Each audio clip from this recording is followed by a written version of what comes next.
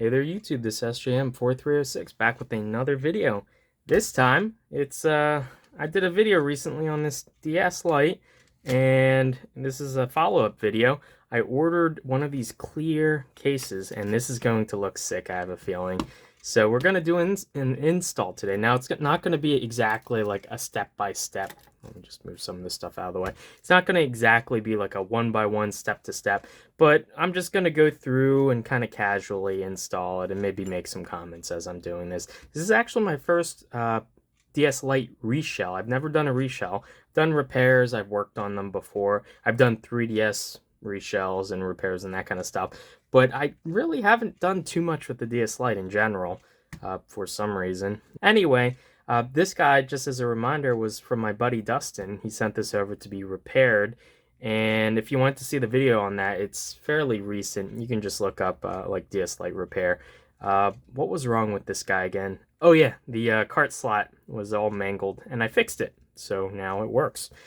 So what I'm going to do is, I guess we could go through and see what comes with this. There is an assorted baggie of all the goodies that Dustin started taking apart on this before he sent it off to me. So we should have all the parts. If not, I have another broken DS Lite that he sent over. And that one, I was going to make a video on the repair, and I opened it up, and the ribbon for the top LCD, there's a pretty large tear in it.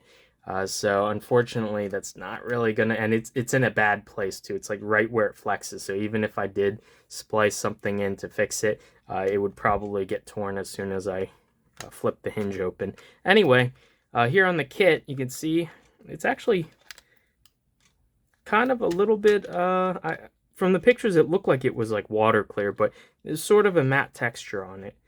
And the top is glossy, it looks like, and there's a protective film, which I will leave on. But it looks like it's the kit is nice enough to actually come with all the bezels and whatnot, as well as some new adhesive to stick them on. We got the shoulder buttons, the volume control, and a little latch thing, and some, I think these are, they're stuck to something. These are little rubber pieces for the bumpers and stuff like that. And they even come with a serial sticker, which undoubtedly will be the same for all the case mods that they have. I might actually try to pull off the original sticker without destroying it and stick it on there, so at least the motherboard stays with the original sticker. And what else we got? We got some clear buttons. I'm kind of split on this. I might see how they look. If they don't look and feel good, I might stick the original black buttons in. Well, this set comes with pink ones, but I have some spare black buttons. I have a feeling these already, I can kind of tell, they just feel cheaper. So I might end up doing that. We have a bunch of screws and the post for the shoulders and one spring. No, 2 springs, okay. So these are all screws and that kind of stuff. And then we do have the little PCB for the cart thing that goes in the front. I don't know if I have a spare one of these. I might actually have to buy one. I doubt these are expensive. All I'd really need is a screw, and there is a little PCB that sits in here that clicks in when you actually, you know, insert this cartridge. It's just a dust cover. It's actually not strictly necessary.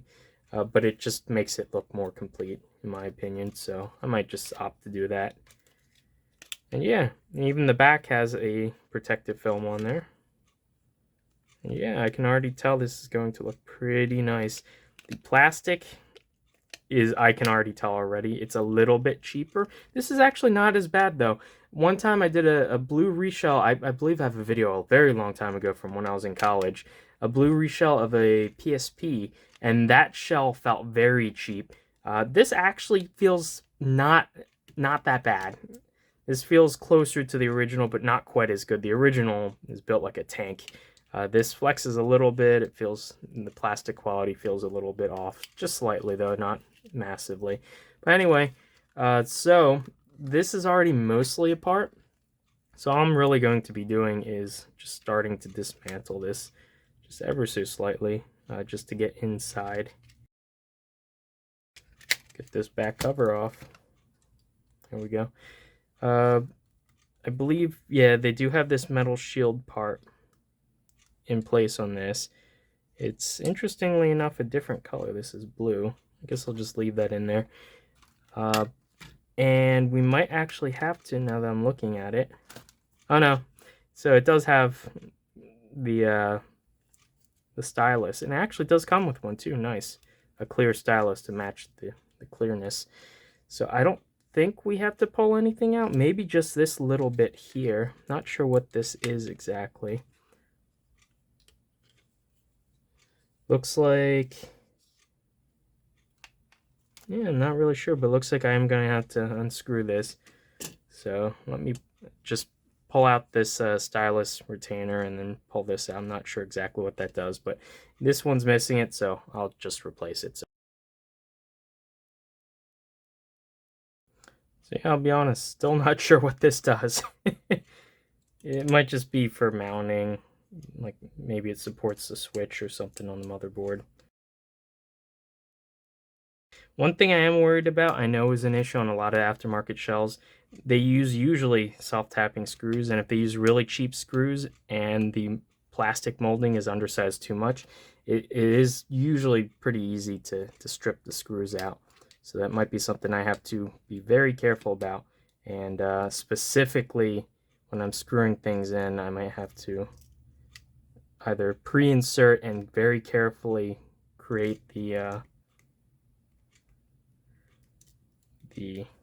grooves for the screw to go into, just using the screw itself. A small tip, if you are going to remove a screw from a post that the screw is self-tapping and it's tapped into the thread, you want to, when reinserting the screw, you want to actually twist it counterclockwise until it slips and it falls into the original groove. If you just go ham on it and start screwing in normally, you'll probably intersect the original thread and weaken the plastic. So it usually causes the thread to pull out very easily if you do that too many times. So yeah, anyway, this is in now. Doesn't look like anything else. There's just a bit of foam here that's not here. I don't think that's strictly necessary there. But what is necessary is the little screw to hold the battery door back in. And it looks like that just slides in. Yeah, it's a little loose. I'll just have to be careful. It's more captive on the original because they add a little bit of foam to kind of tape it in there. Okay, what else do I need? I need the power, the power switch and the volume control. So this just kind of sits in there in a groove and then just pushes in. This guy likewise. Just have to be careful when I set the board in to make sure that the notches on the switches are actually aligned with where these outer plastic bits go. Otherwise, when you close it, you can actually break off the switch from the board, from the actual little nub, because it's actually pretty fragile. Okay, so open this slightly and we can undo. And I am going to undo these antennas. There we go. Now I do have the original pink bezel here. I believe it comes with white bezels, but I might actually swap that. Well, I don't know. I have a feeling that if I do everything in white, it might not look so great. If I reuse the black bezel on here, I could actually, well, the screen's a little scratched on this guy. I could peel off the black bezel and put it on here. That might look a little bit nicer. Okay, that wasn't particularly difficult. Just having some slightly longer fingernails helped. I wouldn't use anything metal to pry. I would use, if anything, something soft and plastic. But yeah, it peels off. Just be careful not to peel off. There's a touchscreen layer underneath the digitizer. You could peel that off if the adhesive on the border is strong enough. It'll try to come along with it. So you just have to go slow and peel very carefully. Now, I'm kind of at a crossroads. So in terms of the buttons. Do I want to use the aftermarket ones? They just feel really cheap. I'm gonna be honest. I'm not keen on doing that. Yeah, I think I'm going to just save these, and I'll clean off these and reuse all the original membranes, as well as I'll use this set of membranes, but I'll use the black buttons here. But I definitely will need to clean them because this guy is a pretty dirty boy. So, okay, so I have, let me just grab on so that they don't fall out, the black buttons in, and I think they look nicer than the clear ones, and they definitely feel nicer, more important to me. So I'm gonna roll with that. Before I can actually insert this board, I will need to actually remove the LCD from this top part, and that's where things start to get kind of hairy. There's a risk when you try to remove the ribbon from inside here. There's a risk of stuff going wrong. So yeah, this part, oops, as buttons fly everywhere. This part is going to be a little bit annoying. So let's just try to pull out the buttons so I don't lose them all. Okay, so first step, remove the hinge. There's just 2 Phillips screws here. These might be in kind of tight. So just go slow, don't try to strip them out. Well, we are going to have to reuse this hinge in the new shell. I don't believe it came with one. But what I was saying was, one thing that you do have to be careful about is that, let's see, I'm not sure, we might need to reuse the light pipe as well. But what I'm trying to say, while I keep getting interrupted by myself, is if you try to reuse the screws from the original system, sometimes on these original screws aren't self-tappers. They're made to go into like moldings, I believe. So if you try using them in the original shell, you could either split the plastic or you could strip the screw head out. So sometimes you can get away with it if the plastic quality is really good. Even their molding process might be different. They have maybe worse tolerance than Nintendo does. So the holes might be actually tighter, and the screws they provide might specifically made to actually go in this aftermarket shell. So sometimes you can get away with reusing the original Nintendo screws. Sometimes it'll actually end up damaging something even worse. So your mileage may vary. So we're gonna very carefully, so I don't screw this up. There's a slit in the case, and you want to get the ribbon going through that. Now this ribbon is very careful, or this ribbon is very thin and delicate, so you could actually easily destroy this. So yeah, you're just, what you're doing is pushing there's a slit in the case. You're going to push the ribbon far enough that you can start pushing it out, and there you go, it just went. If you pull or go too fast, you can actually cut or break the ribbon. So suggest not doing that. Okay, so now we have this out. So getting to the annoying part. So what we are going to actually have to do is easy enough, remove these rubber bits, and then there are 4 screws we can get into this case.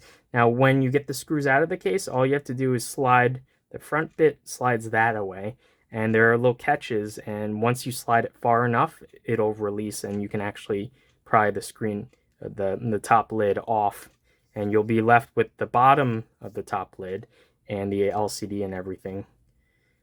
The part that I'm worried about is getting this ribbon, feeding it through. There's a metal collet there that you can actually roll the ribbon into like a cinnamon bun and start sticking it into that, and then you can get it through that if you're very careful. So hopefully I do not destroy this. I'm probably going to do this little bit mostly off camera. Any bit that is either boring to watch or difficult to do with a camera in the way and I need my absolute concentration, I will do off camera, but all the other bits I'll try to show as best as I can. Okay, so we're at the slidey bit. and just the top should come off. Removed everything. Yeah, you can see it starting to come. If your unit's old and crusty, it might try to fight you, but it definitely will once you get it off. Once you slide it far enough. There we go.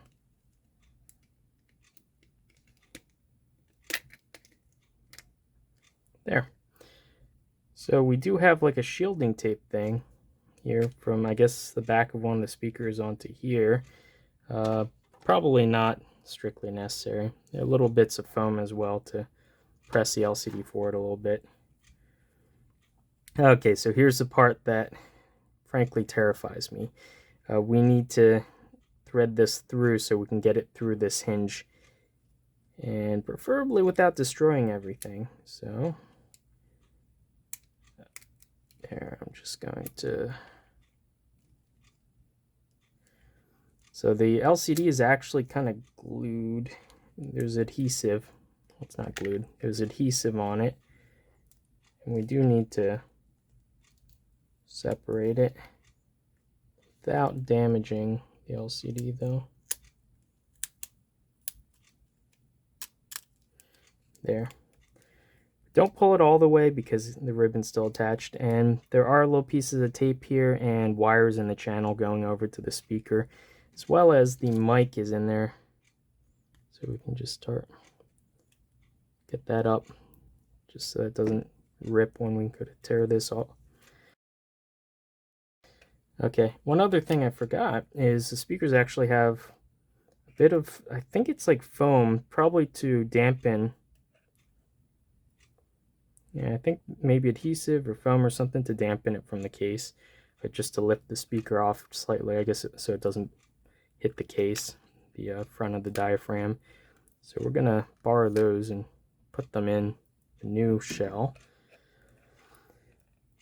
Okay, I think we're getting close to the time where I'm going to have to do this off camera and stop talking.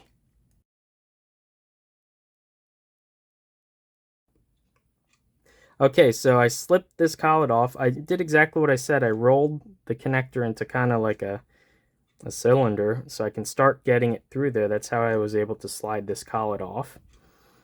And now it should just be a matter of, I might have to peel off. Yeah, the adhesive on this is a little bit too stuck. Yeah, there's some tape on the bottom of the LCD holding the frame to it. Just be very careful. I can't stress enough how easy it is to damage these ribbons.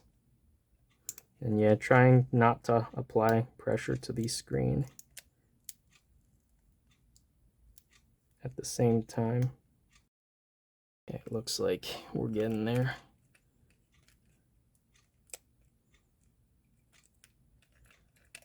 Come on.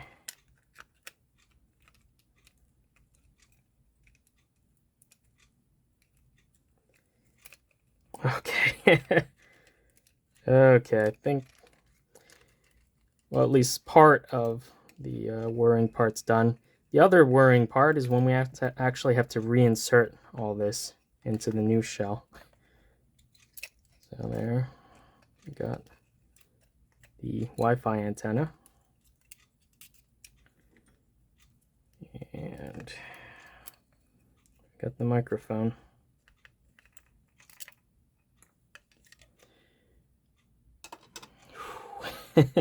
Hopefully I did not nick the cable.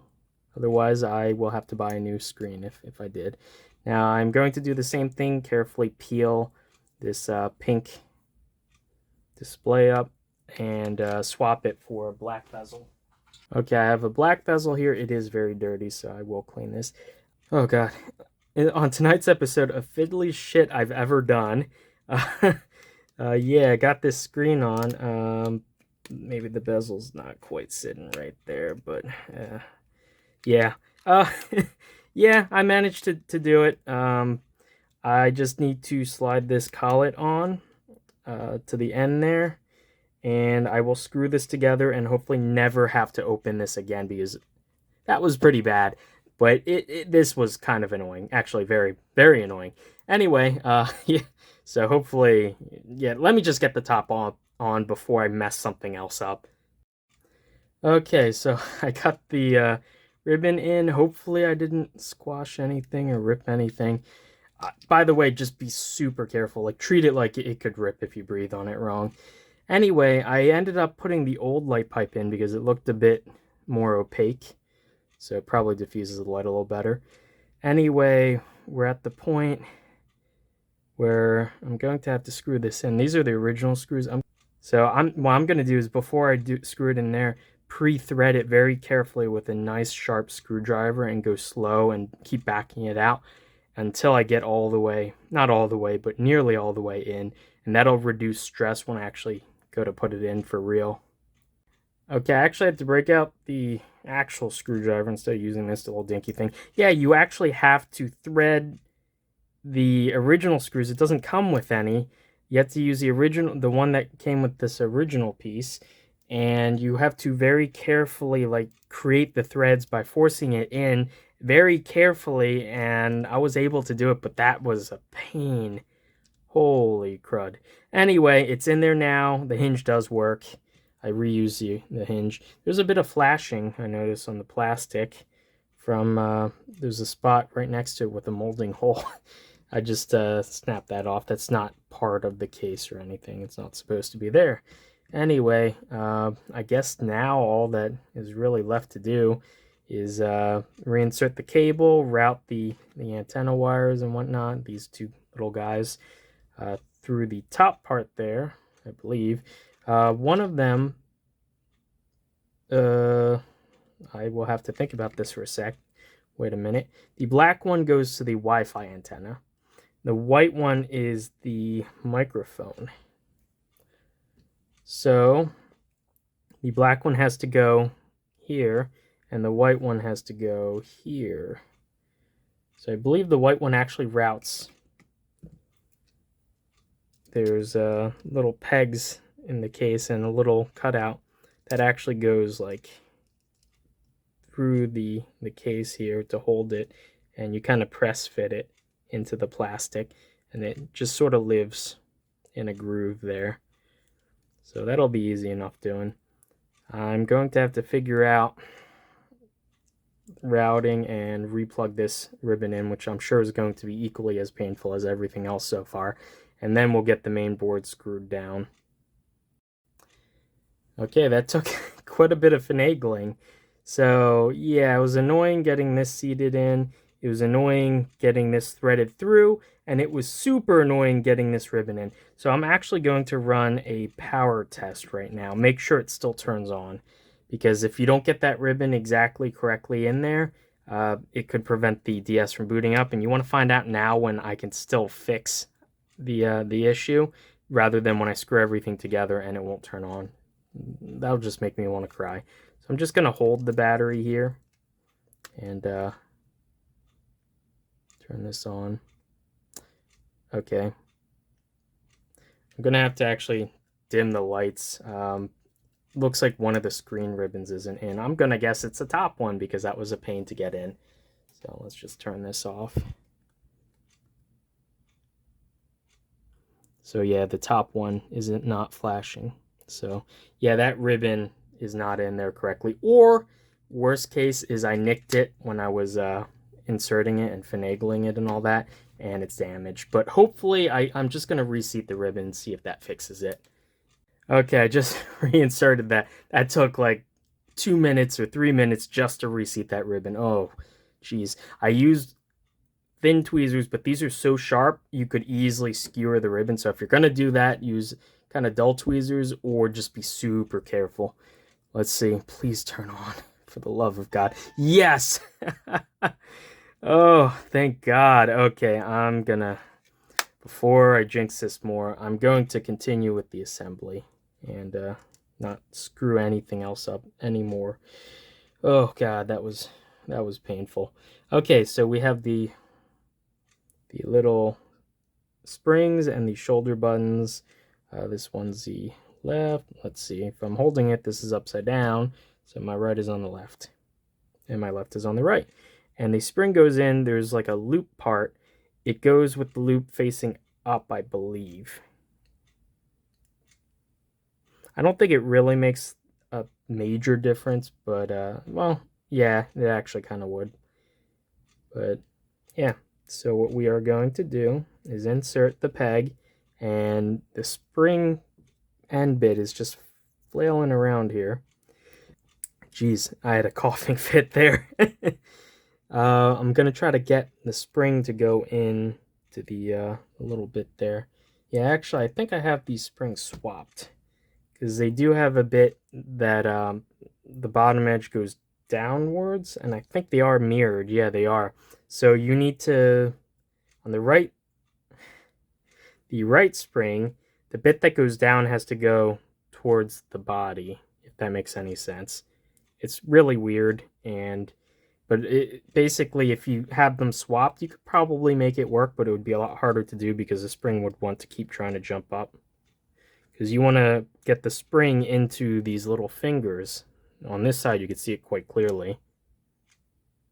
There's little fingers that come up, and they're to grab that and just push down the peg and make sure it's in all the way. Make sure you can actually click the switch too. There we go. So they're both in there now.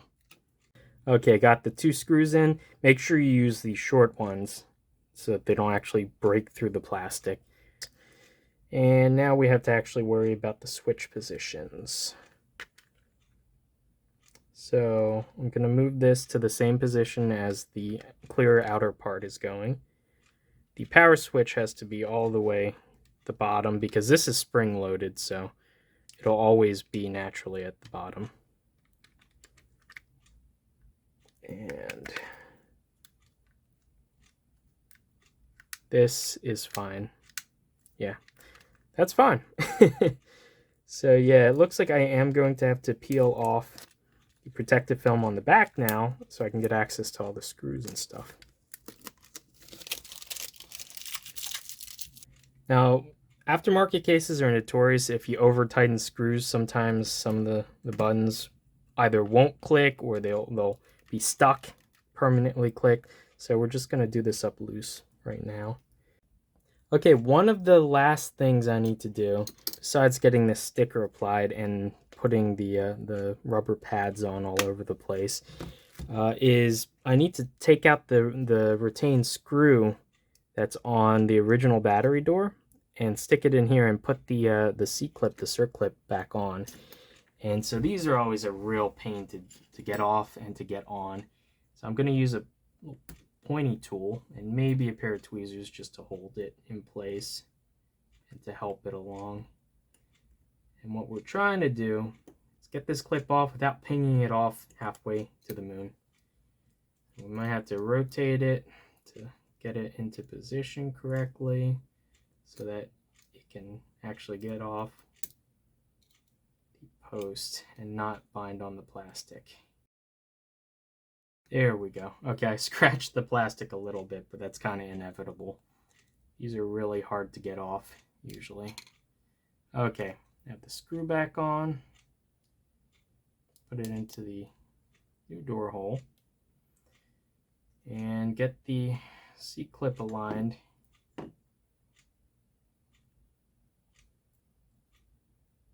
And there are tools to do this properly, but I'm just going to use just some needle nose pliers to very carefully get this back on. So give me a sec on that. Okay, so there we go. We are on. It's still retained. Sorry about that. And there, we're good to go on that. So I can stick the battery in. All the screws are in. I did have to, exactly like I said, I had to back off this screw, this screw, this screw, and this screw to get these shoulder buttons. They did end up sticking if you tighten them all the way down. And you could press it and then the button would stay pressed permanently. So just had to back them off a little bit. It feels, all the face buttons feel exactly like the original DS because I'm using the original membranes, the original buttons. The shoulder buttons feel a little bit worse. I might have been better off using the not non-clear ones, the black ones from this guy. But I don't know. I might swap them over eventually, but I think I like seeing them clear. They look a little bit aesthetically more fitting. These, not too bad because there's already black accents anyway all over the place. So on the face buttons, I definitely think it's a better choice to use the black over the clear ones. But yeah, get the battery in there, get the door on, and yeah, hopefully you remembered to put that nut in to the case that slid in so that you can actually screw this down. And there we go. So a little bit of, let's see.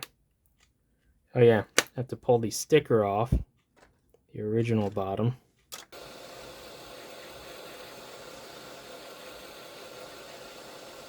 Okay, so yeah, this actually sticks now. So what I ended up using was actually this dressmaker tape.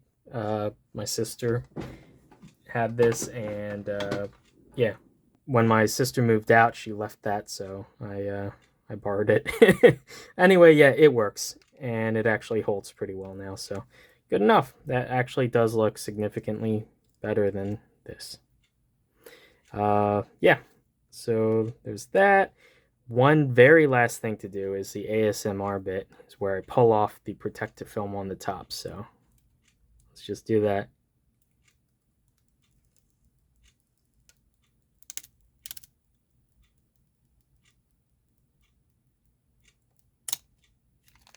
Beautiful. So there should be a little PCB and another screw holding that in. So when I get one, I'll probably, might not actually hold in there. Anyway, yeah, whatever. It's in there now. Good enough. Let's see. Power on. Nice and loud. Before you begin, you have to do this stupid thing.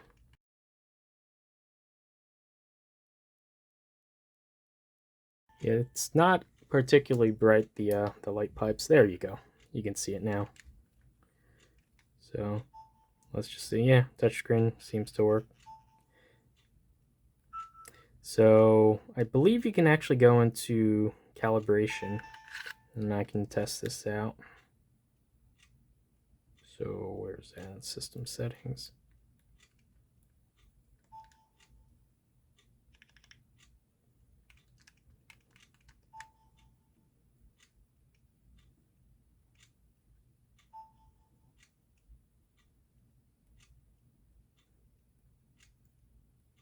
Okay, all of them work. So touch panel works.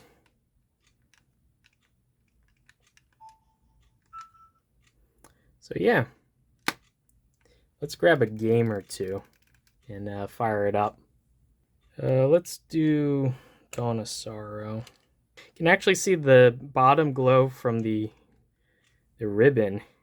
Oh, there you go. It did detect it. One thing I didn't test to see is if the GBA card slot worked when I did the repair. So let me turn down the volume just a little bit. So apparently I did clear the game. I do not remember that. Let's just see. Yeah, level 88.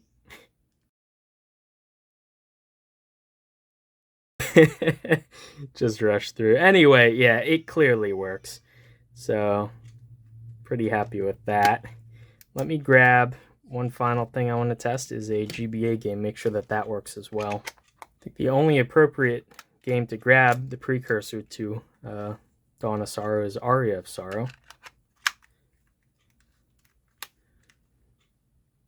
Just make sure it'll read that as well.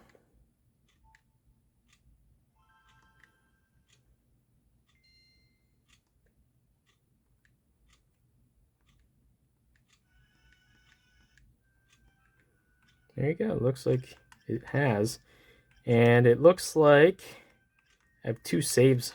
I don't know when I played this last. One level 50, one level 46. 99.1% is the highest percentage I have completion. I don't remember on this. Oh, I only have 50% soul. I know I have a save on maybe my other Aria of Sorrow card. I have 2 games. I have 2 of them because I love the game so much. I think the other one I have a 100% soul.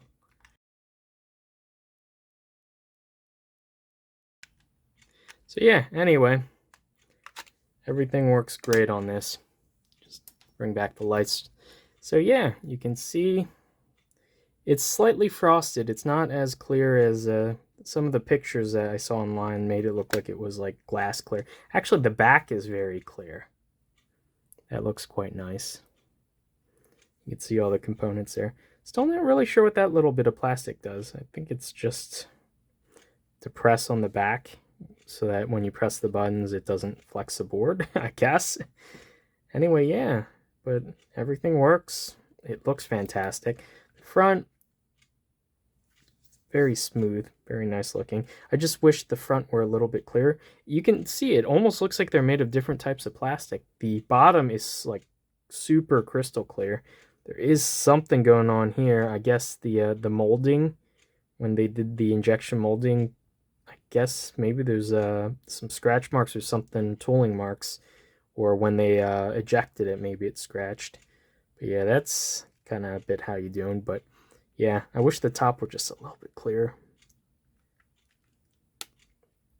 It's just a little bit frosted, and then the top of the bottom part is also a little bit frosted. But yeah, it's plenty clear enough. That looks fantastic. And I like the black accents. Like I said, I wish I had the black pads for these. I could stick them on. I have to find. I think I do have somewhere. And these bottom ones too, if I could replace them with the black ones, just have a black and clear motif, just like my I think I did a similar skeleton GBASP mod with the backlit LCD, and then I also did a Game Boy Pocket that's clear as well, an aftermarket mod with black buttons.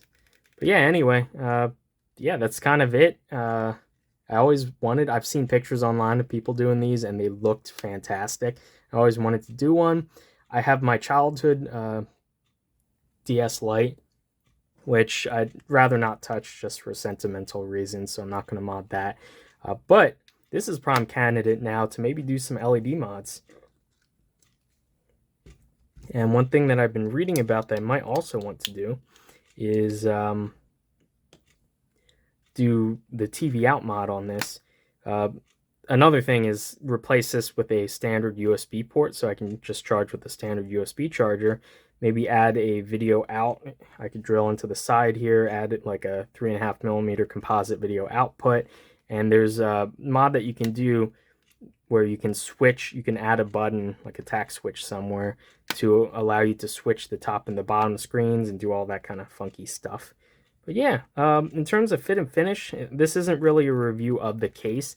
It's better, actually, I will be honest, it's better than most of the aftermarket cases that I've used over the years for different kinds of systems, but it's not perfect.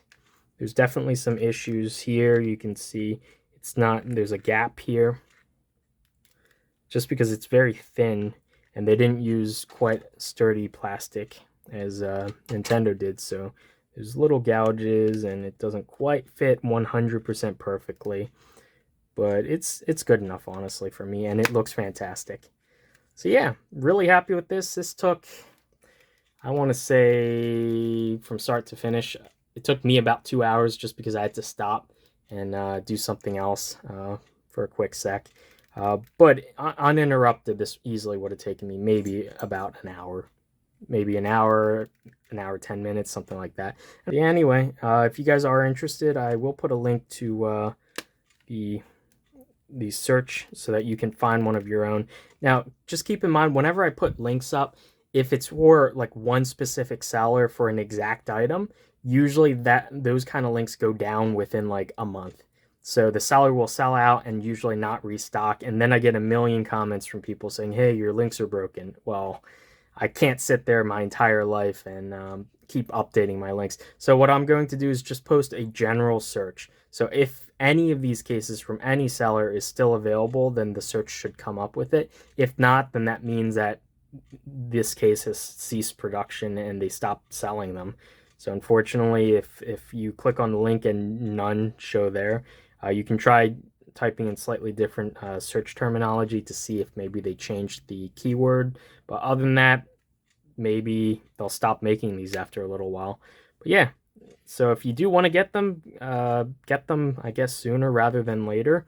I have seen for like PS1, the console cases, they used to have tons and tons of clear shells and for pretty cheap. Now they're stupid expensive because there's like only a couple people online who are hoarding like a stack of like 20 or 30 of them, and they're selling them at like $100 now.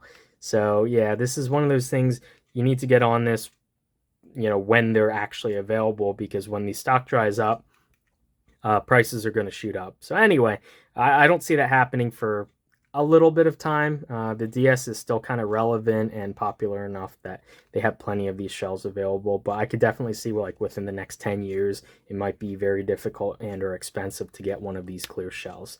Anyway, yeah, hopefully you guys enjoyed this video. Hopefully it wasn't too rambly. And sorry I couldn't show some of the more delicate bits, but this is really easy to damage. I've had nightmares with the 3DS getting the ribbon situated and whatnot without damaging it. So I had a feeling this would be pretty bad, and it was sort of bad, but definitely doable as long as you're careful. Anyway, yeah, hopefully you guys enjoyed this video, and I'll see you in the next one. Bye.